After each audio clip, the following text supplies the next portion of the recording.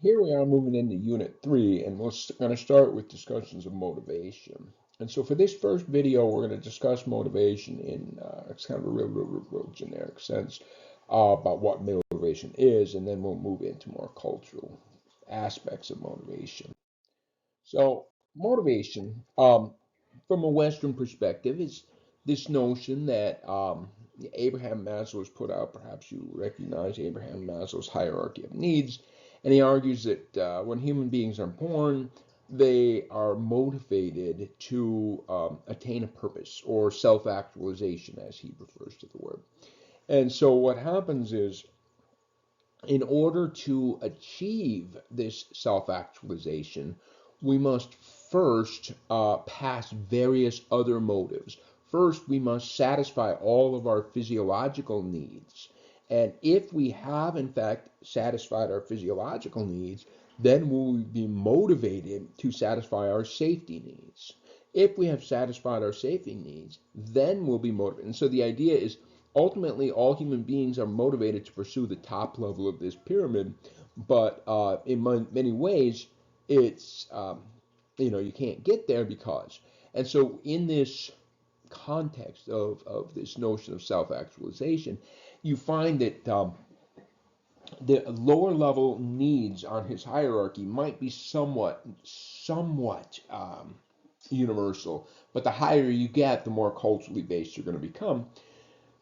And what you find on this, again, biased theory, is that people in subsistence cultures, those that are hunter-gatherer societies or something, I don't see them ever having any pursuit of some larger self-actualization.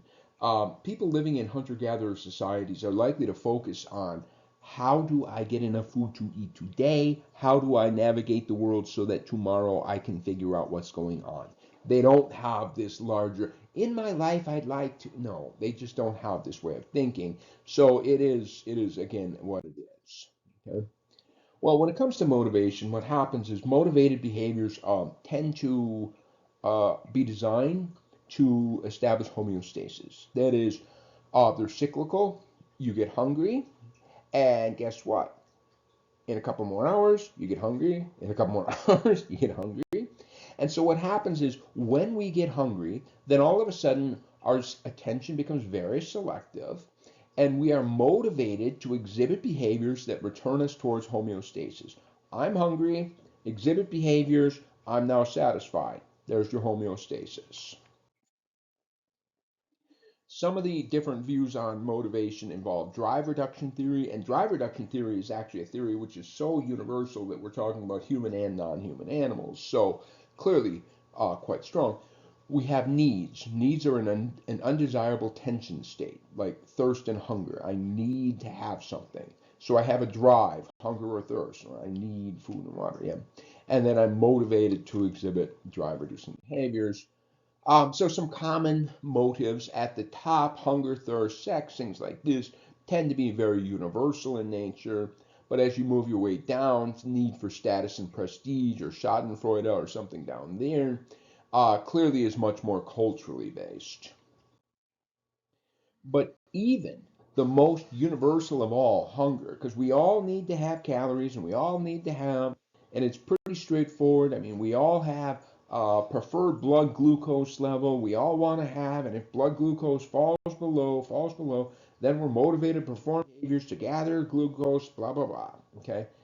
But even still, there's huge cultural variations in taste preferences that the culture you grow up in will determine what you prefer, and some cultures prefer. And from a cultural context, for example, cultures that are very hot tend to use many more spices in their food, because of course what spices like salts and red peppers do is to preserve food. So they act to preserve food, and so the food in cultures that are very hot or traditionally have not had refrigeration will tend to use many more spices. But you can see down here this little cluster.